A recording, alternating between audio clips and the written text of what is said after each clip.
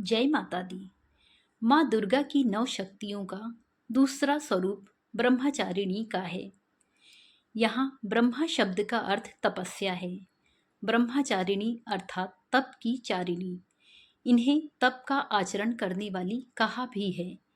वेद स्तवम तपो ब्रह्मा। वेद, तत्व और तप ब्रह्मा शब्द के अर्थ हैं। ब्रह्मचारिणी देवी का स्वरूप पूर्ण ज्योतिमय एवं अत्यंत भव्य है। इनके दाहिने हाथ में जप की माला एवं बाएं हाथ में कमंडल रहता है। पूर्व जन्म में जब यह हिमालय के घर पुत्री रूप में उत्पन्न हुई थी, तब नारद के उपदेश से प्रेरित होकर इन्होंने भगवान शंकर जी को पति के रूप में प्राप्त करने के लिए अत्यंत कठिन तपस्या की थी। इसी दुष्कर तपस्या के कारण इन्हें तपश्चारिणी नाम से अभिहित किया गया। 1000 वर्ष इन्होंने केवल फल मूल खाकर व्यतीत किए थे। 100 वर्षों तक केवल शाक पर निर्वाह किया था। कुछ दिनों तक कठिन उपवास रखते हुए खुले आकाश के नीचे वर्षों और धूप के भयानक कष्ट सहे।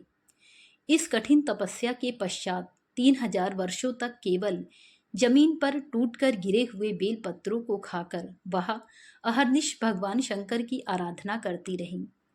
इसके बाद उन्होंने सूखे बेलपत्रों को भी खाना छोड़ दिया।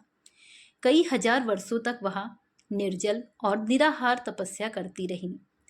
पत्तों को भी खाना छोड़ देने के कारण उनका एक नाम अपर्णा पड़ा।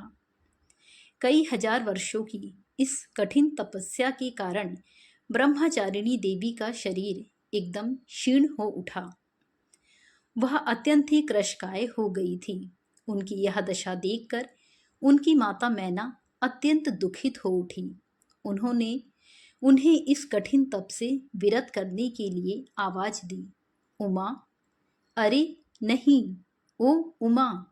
तब से देवी ब्रह्मचारिणी का एक नाम उमा भी पड़ गया।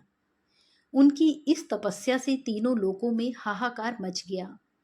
देवता, ऋषि, सिद्धगण, मुनि सभी ब्रह्मचारिणी देवी की इस तपस्या को अभूतपूर्व पुण्य कृत्य बताते हुए उनकी सराहना करने लगे। अंत में पितामह ब्रह्मा जी ने आकाशवाणी के द्वारा उन्हें संबोधित करते हुए प्रसन्न स्वरों में कहा, हे देवी, आज तक किसी ने ऐसी कठोर तपस्या नहीं की।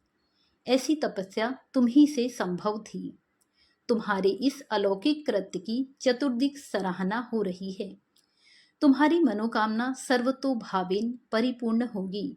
भगवान चंद्रमौली शिव जी तुम्हें पति रूप में प्राप्त होंगे। अब तुम तपस्या से विरत होकर घर लौट जाओ। शीघ्र ही तुम्हारे पिता तुम्हें बुलाने आ रहे हैं। माँ दुर्गा का यह दूसरा स्वरूप भक्तों और सिद्धों को अनंत फल देने वाला है। इनकी उपासना से मनुष्य में तप, त्याग, वैराग्य, सदाचार, संयम की वृद्धि होती है। जीवन के कठिन संघर्षों में भी उसका मन कर्तव्य पथ से विचलित नहीं होता है। माँ ब्रह्मचारिणी देवी की कृपा से उसे सर्वत्र सिद्धि और विजय की प्राप्ति होती है। दुर्गा पूजा के दूसरे दिन इन्हीं के स्वरूप की उपासना की जाती है। इस दिन साधक का मन स्वाधिष्ठान चक्र में स्थित होता है। इस चक्र में स्थित मन वाला योगी उनकी कृपा और भक्ति प्राप्त करता है। जय माता दी। ओम नमः शिवाय। हर हर महादेव। वीडियो अगर पसंद आई हो तो प्लीज़ मेरे चैनल को सब्सक्राइब करें। धन्यवाद।